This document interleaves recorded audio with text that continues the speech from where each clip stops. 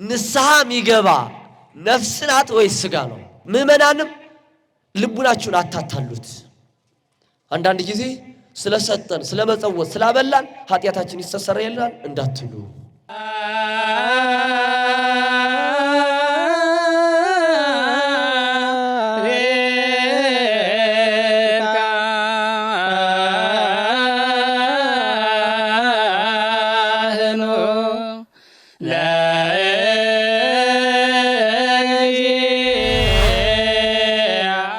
የመጀመሪያውን ጥያቄ የምጠይቃቸው ለመምህራችን መምህር ዘመላክ ይሆናል።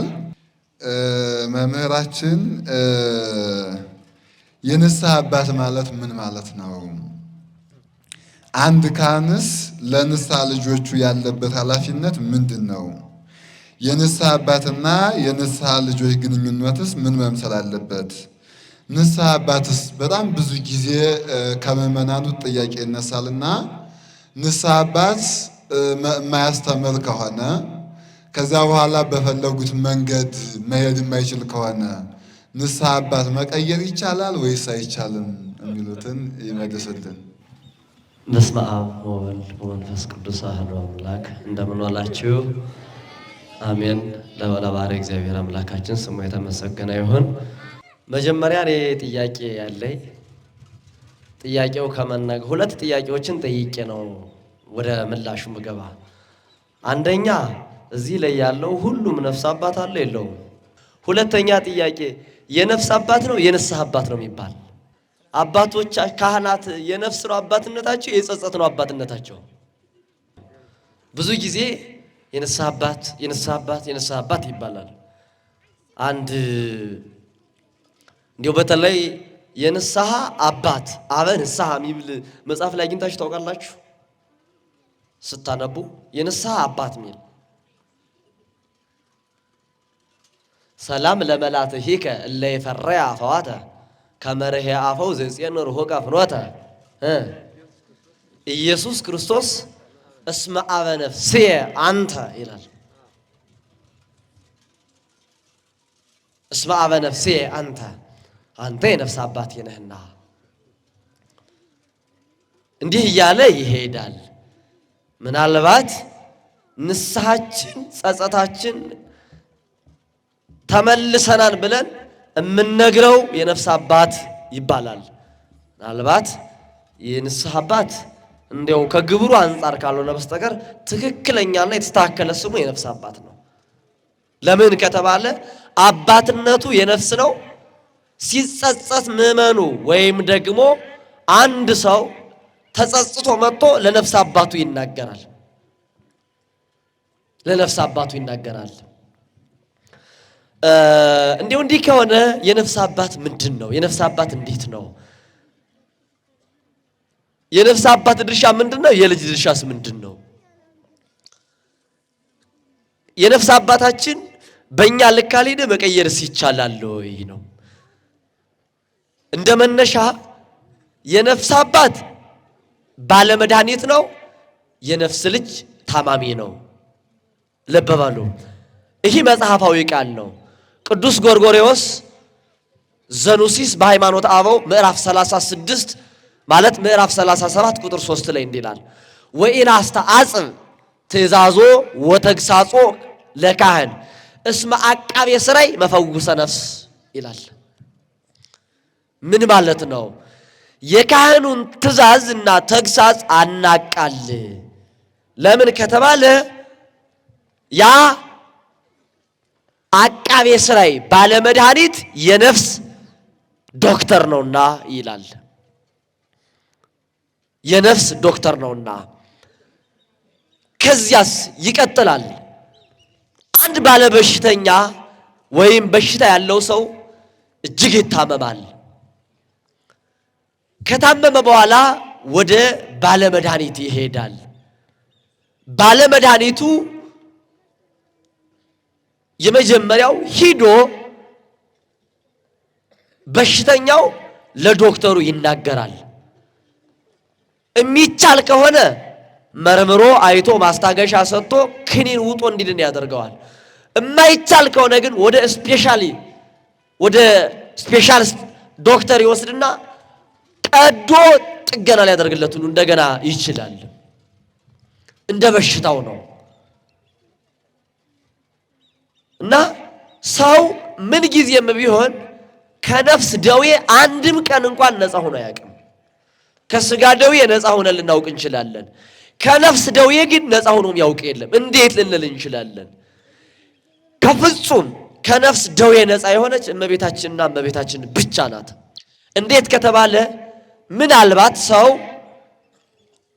በመናገር ባይበድል ከሐሳብ ነፃ ስለማይሆን በሐሳብ ሳይበድል ስለማይቀር ጥቂትም ቢሆን የሐሳብ ወይ የመናገር ወይ የመስራት ኃጢአት ያገኘዋልና። ይህ ግን ማንኛውም ሰው ራሱን ሲፈልጠው ሆዱን ሲቆርጠው ደሙ ሲፈስ ቶሎ ብሎ ወደ ሕክምና እንደሚሄድ ሁሉ አንዳች ነገር የኃጢአት የሐሳብም ይሁን የገቢር ከተከሰተችበት ቶሎ ብሎ ወዴት ይሄዳል? ወደ ዶክተሩ ይሄዳል። ምክንያቱም ስጋው ታሞ ለደቂቃዎች ታግሶ በሽታውን ቶሎ ብሎ ወደ ዶክተር ሄዶ ማስወገድ ከፈለገ የነፍስ ደዌማ ከዚያ የጸና ነው። ልብ በሉ። ይቀጥላል። ከዚያ ልክ እንዳልኳችሁ በሽተኛው ይሄድና ለዶክተሩ አንዳችም አትቀር ይነግረዋል። ዝርዝር አድርጎ ይሰቀስቀኛል፣ ይህን ይሰማኛል፣ ሁሉን ነገር። ለምን ከተባለ ደዌውን ቀንሶ ቢያስቀረው ማን ነው የሚጎዳው? በሽተኛው ነው ወይስ ዶክተሩ ነው? በሽተኛው ነው። ምክንያቱም በሽታ ቀንሶ አስቀርቶ ለዶክተሩ የተናገረ በሽተኛ መዳን አይችልም። ብዙ ጊዜ እንደዚህ አለ። ሰው ይቸግረውና ይጨንቀውና እንዴት አድርጌ ለነፍስ አባቴ ልናገርና ቀነስ አድርጎ ይናገራል። ከዚያስ አይ ሌላውንስ ይላል በማያውቅ ሀገር ሂጄ በዚያ በገዳም ልናገረው ይላል። ፍጹም የለም እንዲህ አይነት ነገር። ለምን? ደዌውን ቀንሶ ባስቀረው ቁጥር የሚጎዳ ራሱ ነው። ሙሉ ለማን ይናገራል? ለአባቱ ይናገራል። ለአባቱ ይናገራል። ማን ነው? ያ ዶክተር ነዋ። ከዚህ እቺ ቀረች ሳይል ከኃጢአት ተዘንግቶ ካልቀረው በስተቀር አንዳችም ሳትቀር ለነፍስ አባቱ ይናገራል። ዶክተር ነውና የነፍስ አባቱ ደግሞ እንደ ሁኔታው ይሰጠዋል።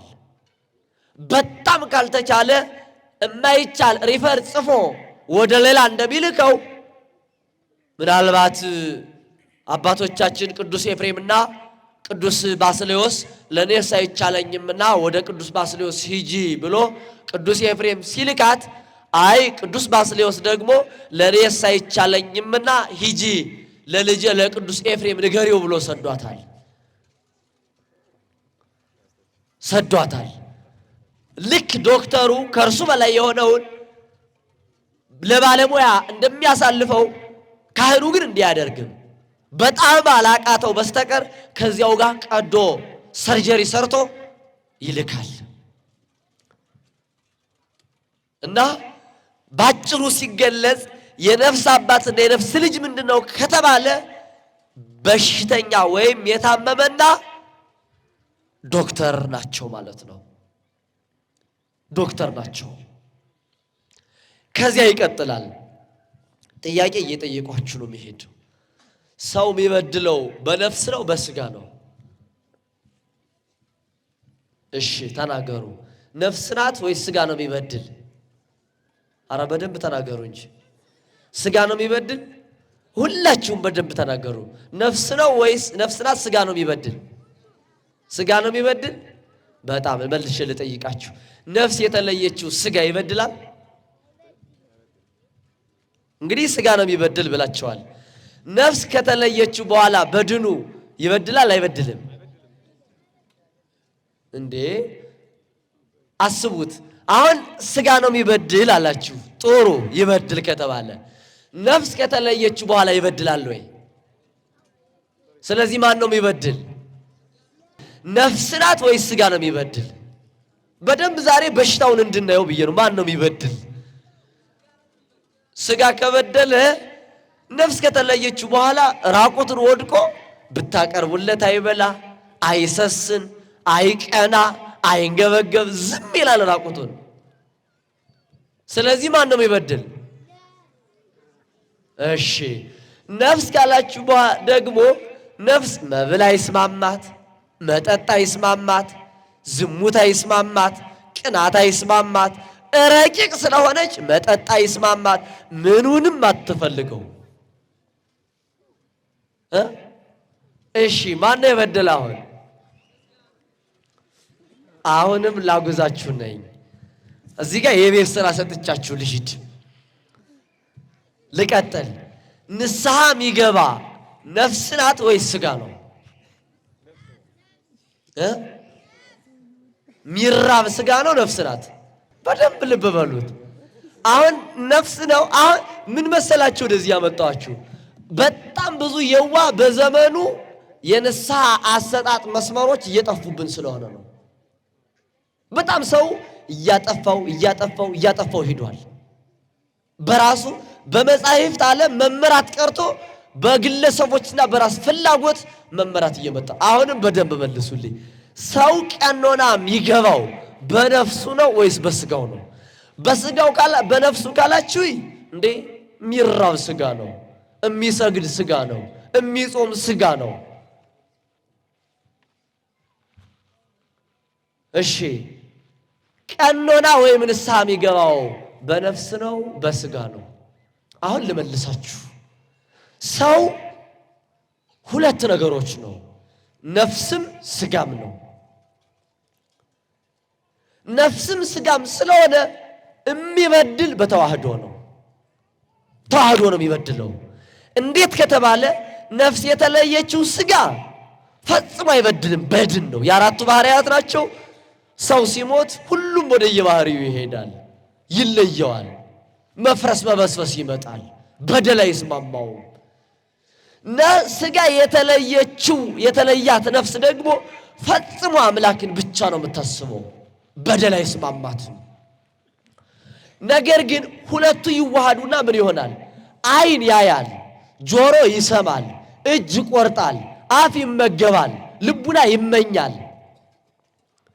እነዚህ ተመኝተው የነዚህ ምኞትን ደግሞ ማን ያንቀሳቅሰዋል? አዋቂነት ለነፍስ ነውና ነፍስ ብድግ ታደርገዋለች። ምኞቱን እንዲፈጽም ነቃ ሀልዮ የሐሳብ ምንጭ ሆና ነፍስ ትተባበራለች።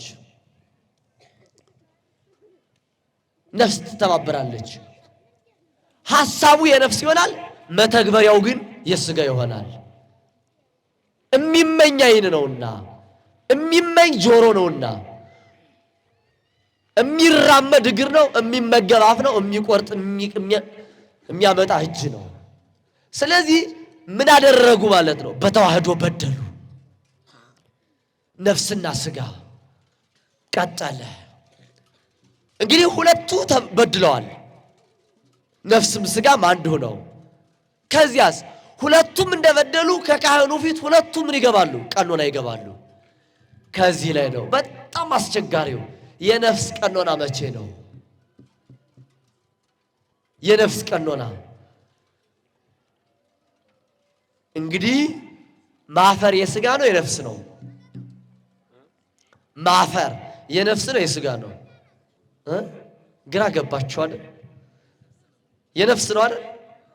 እንዴ ሥጋማ ምኑን ያፍራል? መለመላውን ነፍስ ከተለየች በኋላ ራቁትን ብታስቀምጡት ኧረ ራቁቴን ነኝ ሰው አየኝ አደባባይ መካከል እንዲሁ የገነዛችሁብኝ ልብስ አሮጌ ነው እንዲሁ ነጭ አድርጉ አይልም። በቃው ወስዳችሁ ስትቀብሩትም እንዴ ቀዝቃዛ ነው፣ ይሄ መሬቱ አይስማማኝም፣ እዚህ አካባቢ እናቶ ገሌ ድሮ ጠላቶች አሉ እሱ ጥጋ አትቅበሩ አይልም። ዝም ነው። ወስሮ መጋደም መውደቅ ብቻ ነው። ለምን? ሀፍረት የለውም። መፍራትም ሀፍረትም ለነፍስ ነው። ልክ አሁን እኮ እናንተ ኃጢአት ሰርታችሁ መስገዱ ነው የሚከብደው ወይስ ለነፍስ አባት መናገሩ ነው? አሁን ሰው ኃጢአት ከተሰራ በኋላ የሚከብደው ጾሙ፣ ጸሎቱ፣ ቀኖናው አይደለም። ትዝ የሚለው እንዴት አድርጌ ከነፍስ አባቴ ስር ቁሜ እንዴት ልናገር ነው። አያችሁ ነፍስ ስትፈራ እዚህ ላይ ነው። እየተንቀጠቀጠች ራሷን ዝቅ አድርጋ ሂዳ ነፍስ ምን ትላለች? ዝቅ ብላ ለነፍስ አባት ይሄን ሰርቻለሁ ትላለች። አያችሁ መዋረድ ነው ትልቁ ጸጸት ንስሐ የሚባለው። ሂዶ ተዋርዶ ከነፍስ አባቱ ስር እግር ስር ቁጭ ብሎ ኃጢአቱን ሲናገር ይላል። ከዚያ በኋላ ስግደት ምንም አይደለም፣ ቀላል ናት። የመጀመሪያው ያቺ ማፈሩ፣ መዋረዱ፣ መፍራቱ፣ መንቀጥቀጡ ነውና አባቶቻችን ጥበባቸው አያችሁ። ለምን ሲበድል የጋራ ነውና የበደለ ንስሐ ሲገባም የጋራ ይሆናል ማለት ነው። እንዴት? ነፍስ ሂዳ ሸክሟን ለነፍስ አባት ካቃለለችና ከተናገረች በኋላ ስጋ ደግሞ በድሏልና በልቷልና አትብላ ይባላል፣ ስገድ ይባላል፣ ጹም ይባላል፣ መጹት ይባላል። በሰራው ነዋ። በልቡናው ሳትፈራ ከልቡና አንቅታ ኃጢአት እንዲሰራ ያነቃቃች ነፍስ እያፈረች እየተንቀጠቀጠች ሄዳ ከነፍስ አባቷ ስር ትቆማለች። ስጋ ደግሞ ብድሩን ተቀብሎ ይጾማል ማለት ነው። በጋራ በተዋህዶ የበደለ ሰው በተዋህዶ ቀኑን ይገባል። ለምን? መፍራት ፍርሃት የነፍስ ስለሆነ ትልቁ ነገር መፍራት ነው። ያዕቆብ ዘስሩግ የሚባል ሊቅ እንዲህ ይላል፣ እፈርህ አንሰ ሰለስተ ግብራተ፣ በነፍሴ 3 ነገሮች ያስፈሩኛል ይላል። ቀዳሚ ተፈልጦተ ነፍስ እምስጋ፣ መጀመሪያ ነፍሴ ከስጋዬ ስትለይ፣ ወካል ቀዊም ቅድመ ገጸ እግዚአብሔር፣ ሁለተኛ ከእግዚአብሔር ፊት መቆም፣ ወሳልስ ሰሚዕ ፍትሐ እግዚአብሔር፣ ሶስተኛው ከእግዚአብሔር ፍርድን መስማት ያንቀጠቅጡኛል አለ። ይህንን ባለቅኔው ተዋናይ እንዲህ ብሎ ገለጸው። ባለቅኔው ተዋናይ ደግሞ 5 ነገር አደረገው። እፈርህ አንሰ ወእርድ እምነ 5ቱ ግብራት እልሃለሁ ምስሌ፣ ቀዳሚ በሞት እንዘ ትትፈለጥ ነፍሴ፣ ወካል መቃብረ ሥጋ ይወርድ ሥጋዬ፣ ወሳልስ ለአምላኬ እንዘ ቅድመ ገጹ እቀውም ይርዕዱ ሕዋሳቴ፣ ራብዕሂ ፍትሐ ኩነኔ እንዘ ትሰምዕ እዝኔ፣ ወሐምስ መንገለደይ እንዘ ያወርዱኒ አጽራሬ፣ ወዝ ኩሉ ነገር እምከመ ይከውን ብዬ ከዊን ወተማይ እምሃየሰኒ በማኅፀነ ቅድስት ወላዲቴ አለ። ምን ማለት ነው? 5 ነገሮችን እፈራለሁ አለ። መጀመሪያ ነፍሴ ከሥጋዬ ስትለይ በጣም ይጨንቀኛል። ሁለተኛ ሥጋዬ ወደ መቃብር ሲወርድ ኋላ ተነስተ ከነፍሴ ጋር አዋህዶ ወደ ገሃነም ሊያወርደኝ ይችል ይሆነኝ ብዬ እፈራለሁ አለ። ወሳልስ ለአምላኬ፣ ሶስተኛው ግን በጣም የምንቀጠቀጠው አለ ከአምላኬ ፊት ስቆም ነው። ሰው ከንጉሥ ፊት፣ ከወታደር ፊት፣ ካለቃ ፊት፣ ከባለጸጋ ፊት፣ ከእርሱ ከፍ ካለው ፊት የቆሸሸ ልብስ ለብሶ ደከም ብሎ መቅረብ እየተንቀጠቀጠ ይፈራል። እኔማ ልብሱ እሳት፣ ገጹ እሳት፣ ክዳኑ እሳት፣ የሚሸከሙት ኪሩቤል እሳት፣ ሰማያቱ እሳት፣ የሚናገረው ቃሉ እሳት፣ ከዚህ ፊት መቆም እፈራለሁ። ይህ 3ኛ ፍራቴ ነው አለ። ራብዕሂ ፍትሐ ኩነኔ እንዘ ትሰምዕ እዝኔ ያለ። በጣም 4ኛው ግን የሚጨንቀኝ ከአምላኬ ፊት ቆሜ ፍርዱን መስማት ነው አለ። ሁርምኔ ከኔ ወግድ ይለኝ ይሆን ና ወደኔ ይለኝ ይሆን? ይህ ያስፈራኛል አለ። ከዚያ ወሐምስ መንገለደይን እንዘ ያወርዱኒ አጽራሬ፣ 5ኛውና የመጨረሻው ተፈርዶብኝ ጠላቶቼ አጋንንት እየተፈራረቁ ወደ ገሃነም ሲያወርዱኝ ያ መከራ፣ ያ ጭንቅ፣ ያ ለቅሶ እጅግ ያስፈራኛል አለ። ወዚህ ሁሉም ከመይከውን ብዬ አለ። ይህ ሁሉ ግን ከሚደረግብኝ ከዊኖ ተማይ እምሃየሰኒ በማኅፀነ ቅድስት ወላዲቴ፣ በእናቴ ማኅፀን ውሃ ሁኜ በቀረሁ አለ ሊቁ። አያችሁ እንኪያስ ውድ ኦርቶዶክሳውያን ከነፍስ አባታችን ፊት መቆምን አንፍራ። መጀመሪያ ኃጢአትን መስራትን እንፍራ። ሁለተኛ ከካህኑ ፊት ከመቆም ይልቅንስ ነገ ከእግዚአብሔር ፊት መቆምን እንፍራ። ያን ታሳቢ አድርገን ከካህኑ ፊት ራሳችን አዋርደን ዝቅ አድርገን መሬት ትቢያ ሆነን ራሳችን አዋርደን ቀኖናችንን እንቀበል። ስለዚህ ነው ቅድም ያመጣውላችሁ ዘመናውያን ቀኖና ሰጪዎች የከተማ ሽፍቶች የምንኩስና ወንበዴዎች የጅምላ ንስሐ አምጥተዋል። አሁን የጅምላ ንስሐ አየህ፣ ቤተ ክርስቲያን ነፍስህም ስጋህም በጋራ ነውና በተዋህዶ ነውና የበደሉ ስጋህ ይሰግዳል፣ ነፍስህ እየተንቀጠቀጠች ከነፍስ አባት ስር ትቆማለች። ግን ምን አመጡ? በወረቀት ጽፈህ አምጥተህ ጣለው፣ ገዳም ላይ ይነበብልሃል፣ የዓመቱ ኃጢአት ይሰረይልሃል፣ ጨድር ተጠምቀህ ይጠፋልሃል። ይህ ፌዝና ቀልድ ብልጣ ብልጥነት ነው። የለም እንዲህ አይነት ነገር። ግልጽ ለመነጋገር በተለይ ወደ አዲስ አበባ ሂዱ። ያየሁትን የሰማሁትን ወይም ሌሎች የነገሩኝን ልንገራችሁ። የሆኑ አባት የሆኑ የሚፈውሱ የሆኑ የሚዘርሩ ማለት ነው የሆነ ቦታ ላይ የሚያሰጡ እና የሰው ሁሉ ኃጢአት ተሰብስቦ ይሄድላቸዋል። አዲስ አበባ ነው ያሉት። አንድ ቀን ሰው ይሰበሰብና እንደዚህ እንደ ተአምረ ማርያም እንዲህ አይነት ኃጢአት የሰራቻለች እንዲህ አይነት ኃጢአት የሰራለ እንዲህ አይነት ኃጢአት የሰራለ ይልና እንደ ተአምር ይነበባል። ሰው ይሰማል። እዚያስ ሁላችሁም እስከዚህን ቀን ስገዱ ኃጢአታችሁ ተሰረዩላችኋል ይላል። ቀልድ ነው ይሄ። የት የመጣ ነው? ፈጽሞ የሌለ ነው። ከመጻሕፍትም ከአባቶችም የነዚህ ዓላማቸው ምንድነው ካላችሁ ሰው ማዳን ሳይሆን ቢዝነስ ስብሰባ ነው። ቢዝነስ ስብሰባ ነው። ክርስቶስ በማቴዎስ ወንጌል እንዲህ ብሏል፣ ባኡ እንተ ጸባብ አንቀጽ ወጽቅት ፍኖት እስመ ጸባብ አንቀጽ ወጽቅት ፍኖት እንተ ተወስዱ ውስተ ሕይወት። በጠባብ በር ሂዱ። ጠባብ በር ወደ ሕይወት የምትሰድዳትና ይላል። ይህ ማለት ነው። ይህ አንቀጸ ንስሐ ይባላል። ጠባብ በር የተባለ ባለጸጋውን ስገድ፣ ድሃውን መጹት።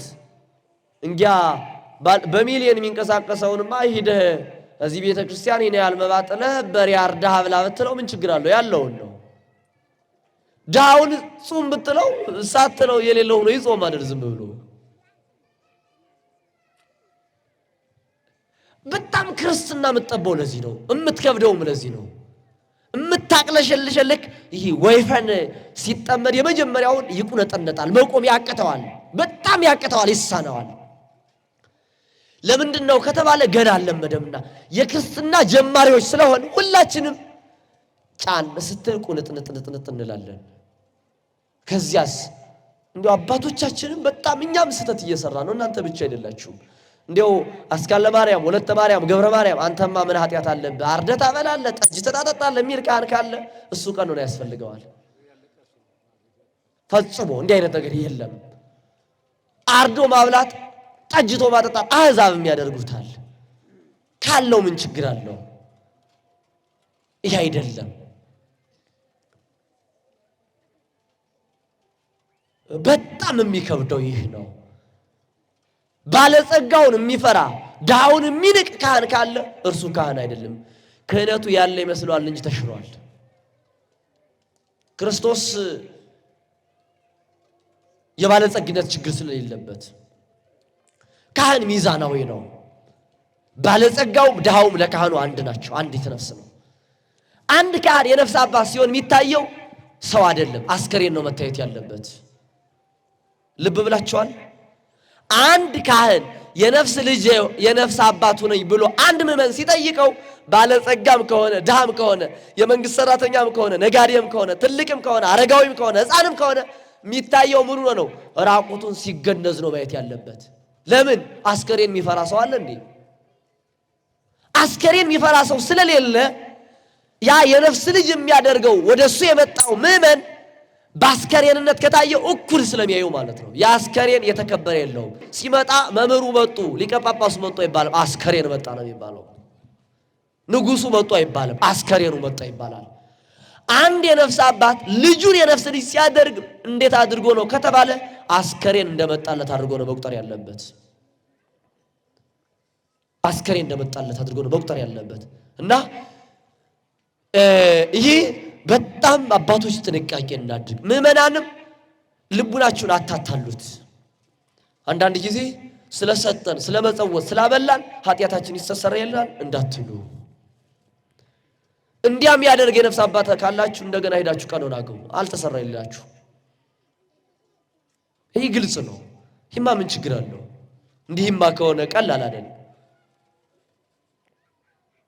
እና ጠባብ በር የተባለች ቀኖና ነው። ዳውን መጹት ያለ በሬውን ምሽጦ ያምጣ፣ ምን አገባ? ቤትም ካለው የኪራዩን ያምጣ፣ ሊያመጣ ይችላል። ለምን እንዲያም ይባል ግን ቤተክርስቲያን ለመጨቆን ወይም ደግሞ ለማሳቀቅ አይደለም። ሰው ከኃጢአት እንዲርቅ ነው። እንዲህ ይሆናል። ስለዚህ የነፍስ አባትና የነፍስ ልጅ በዚህ መንገድ ነው የሚሄደው። እንዲህ ከሆነ በኋላስ እንዴው እንዴት ነው ምን ሆነው? የነፍስ አባት ከየት ነው የሚገኝ? የነፍስ አባት የማይገኝበት የለም። ጨው ነው። አንተሙ ውእቱ ፄው ለምድር እመሰጽው ለሳበም ተከንቀስ ብጎ ዘይሎ ለዘይገደፍ ዋፋ። እናንተ ጨዎች ናችሁ፣ የምድር ጨው ናችሁ ተብሏል ካህን። በሰርግም ይገኛል ካህን። ምን ለማድረግ? ሰርጉን ቤተክርስቲያናዊ ለማድረግ። በለቅሶም ይገኛል ነፍስ አባት። ለምን? ለማረጋጋት፣ ያለ አግባብ ለቅሶ እንዳይለቀስ። ጨው ነዋ። ምናልባት የነፍስ አባት ማለት እዚህ ያሉትን ብቻ መያዝም አይደለም። የነፍስ አባት ሲባል ጠቅላችሁ ወደ አባቶች ብቻ እንዳትሄዱ፣ ሁላችንም ግን ነፍስ ለማዳን እንጣር። ለምሳሌ አንድ ትክክለኛ የነፍስ አባት የሚባል ወይም አንድ ትክክለኛ ሰባኪ መምህር የሚባል እናንተን አሁን ሰብስቤ ስላስተማርሁ ብቻ አይደለም ትክክል መባል ያለብኝ። ጭፈራ ቤት አለ አይደል? አሁን ይጂ እንዲህ ካባዬ ለብሼ ሻሸን ጠምጥሜ የጭፈራ ቤት ጥልቅ ብል ምንድነው የምትሉኝ እናንተ? እግዚኦ አይ ስምንተኛው ሺህ ነው የምትሉ አይደለ? መሆን ያለበት ግን እንደዚያ ነው። ለመጠጣት አለ፣ ለመጨፈር አለ። እዚያ ጋር የጠፋውን ወንድሜን የጠፋቸዋን እህቴን ምን ሆነሽ ነው ናይ ብዬ ስቤ ማምጣት የነፍስ አባትነት ነው።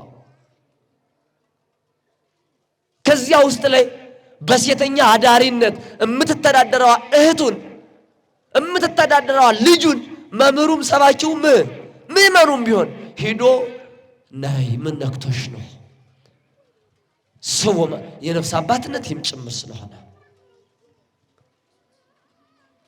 የነፍስ አባት ከሁሉም ይገኛል። በእርግጥ አንዳንድ ጊዜ አሁን ያስቸገረ የነፍስ አባቱንም ያስቸገረ ነገር አለ። ነፍስ አባት ሳያውቀው ይጋባና የፍች ሁለት የነፍስ አባት ይጠራል። ሲጨንቀው ሲቸግረው መጀመሪያ በነፍስ አባት ሰርጉ ይሆናል፣ ፍጻሜው በነፍስ አባት ሊፈታ ይችላል። ችግር እንኳን ቢፈጠር እና የነፍስ አባት የሚገኝ ከሁሉም ነው። አባቶቻችንም አንዳንድ ጊዜ ከማህበር ከጽዋው ብቻ እንገኝ። እንደው ወደፊት እንደው የሚመስለው ያስፈራ ነገር አለ። ዳቦ ባራኪዎች ሁሉ እንዳንባል በጣም ስጋት አለ። አብዛኛው ድግስ ላይ ብቻ እናንተም ድግስ ላይ ብቻ ተጠርቶ የነፍስ አባታችሁን አብልታችሁ አጠጣችሁ ደስ ማሰኘት ነው የምትፈልጉት። ይሄ አይደለም። ኃጢአት ስትሰሩ ኃጢአት ሰርቻለሁና አባቴ ይድረሱልኝ ብላችሁ ብትጠሩት ነው የምትጠቃቀሙት። እንዲህ ነው። እንዲህ የነፍስ አባትን መተው ይቻላል ወይ? አይቻልም። አይቻልም። ይቻላልም አይቻልም። አይቻልም ያልኳችሁ እንዲው አሁን ላይ ከነፍስ አባቱ የተሻለ ልጅ ግን አለ በእውቀት ብዬ ነው። ምናልባት አሁን በእውቀት እንዳትሉኝ። አብዛኛው አሁን አላስተምረኝ ብለው ነው፣ እውቀት እንደዚህ ነው፣ በምፈልገው ልክ አልሄድልኝ ብለው ነው የሚባል ነገር አለ። እንዲያው በእውነት ለንባብ በቅቶ ሰው እውቀቱ ከመጠን በላይ ሆኖበት ከነፍስ አባቱ በላይ ሆኖ ነው ሲጀመር። አንደኛ በእርግጥ ክህነት የሚያመጣ ሰው ብሉይ ሐዲስ ቢቻለው ካልተቻለው ሐዲስ ቢማር በጣም የተሻለ ነው። አባቶቻችን እንዲህ ብለው አስቀምጠዋል። ክህነት የሚሾም ወይም ለሹመት የበቃ ሰው ሁለት ነገሮች ቢኖሩት መልካም ነው። ምንና ምን? ስነ ምግባርና እውቀት። አይ ያ ካልሆነ ግን ስነ ምግባር ካለው ይሾም፣ እውቀቱን ውሎ አድሮ ያውቀዋልና። እውቀት ካለው ስነ ምግባር እንኳን ቢጎለው ይሾም፣ ስነ ምግባሩን ውሎ አድሮ ይሰራዋልና። በተለያዩ በነፍስ የምንጎዳበት ላይ የማይደርስልን ከሆነ ቁጭ አድርጎ ነፍስ አባታችን አባቴ በዚህ ስላልረዱኝ እኔ ሌላ ነፍስ አባት ልፈልግ ነኝ። ምክንያቱም አንድ የተሰበረ ሰው ወደ አንድ ወጌሻ ሂዶ ያ ወጌሻ የማያድነው ከሆነ የተሻለ ወጌሻ ፍለጋ ይሄዳል። ይህ ግድ ነው። ተሰብረህ ኑር አይባልም። እንደዚያ ይሆናል። ነገር ግን እንዲያው አሁን ዝም ብሎ ዘማዊ ሆኗል ሰው። ዘማዊ ማለት አዲስ ካህን ሲያገኝ ያን ቶሎ ብሎ ሄዶ ይይዛል። አይናገርም እንኳን ያኛውን ለምን ታውኩ እንኳን ትቻለህ ሂጃለሁ እንኳን አይልም። እኔ ቄስ ገሌ ጋር ጣርቻለሁ ምን ያደርግልኛል? እንደፈለጉት የሚወረወሩበት ግን አይደለም። ዘማዊ ግን አንሆን። የካህን ዘማዊ ማለት የካህን ዝሙት የያዘን እዚያም ቄስ እዚያም ቄስ እዚያም መምህር እዚያም ምንረግጥ አንሆን። ልቡናው ካለ ቅንነቱ ካለ ይውህናው ካለ ፍጹም ትህትናው ካለ ለኛ የሚያነስ ካህን ስለሌለ አንዳንድ ጊዜ ምን እንላለን? አሁን ቁጭ ብለን አንዳንዱ አሁንማ ምን ካህን አለ ምን መነኩሴ አለ ቤተክርስቲያኗስ እንዴው ምን ሆናለች ምን አገልጋይ አለ ምን ሰባኪ አለ የሚል ፍጥጥ ሰውም ተፈጥሯል። እውነት ለመናገር ሰውም የለም። አሁን ሰው ሲጠፋ ካህኑም ምእመኑም ሁሉም ተያይዞ መጥፋት ነው። እና እንዲህ ብሎ ከመንቀፍ ይልቅንስ የራሳችን የልቡናችን ቅንነት ተጠቅመን በዚህ መስመር እንሄድ። እንዲህ ሆነን መጨረሻ ግን ቀኖናችን ስንጨርስ ምን እናደርጋለን? እንቆርባለን። ስጋው ደግሞ ምንድነው? የመጨረሻ ደብዳቤው ነው፣ ማተሚያው ነው፣ ማህተሙ ነው። ንጉስ ደብዳቤ ጽፎ ለሆነ አካል ሲልክ የንጉሱ ቲተር ማህተም ከሌለበት የወንበዴ ይሁን የሌባ ይሁን አይታወቅም። ሰው ቀኖና ገብቶ ስጋው ደሙን ካልተቀበለ ከንቱ ነው። ለምን? ንስሐ ገብቶ የመጨረሻውን ማደማደሚያውን ማህተም የለሽ ሆኖ ነው የሄደው። ምን ይሰራል? ደክሞ እንዳልደከመ፣ ጾሞ እንዳልጾመ፣ ሰግዶ እንዳልሰገደ እንዳይሆን የመጨረሻ ማህተሙን ስጋው ደሙን ያትምበትና ተረስቶ የቀረውን ኃጢአት ሰይጣን የደበቀውን ኃጢአት እንደ እሳት እንደ ኮሸሽሌ ያቃጥለውና ፈጽሞ የ40 ቀን ልጅ ሆኖ በስጋው ደሙ ታድሶ ይሄዳል። እና እንደው ምናልባት ይህን ይመስላል ሰፋ ያለ እንደው ቀኖና ነውና ሰፋ ያለ ጊዜ ወሰድኩ። እግዚአብሔር ይስጥልኝ። ይቆየን።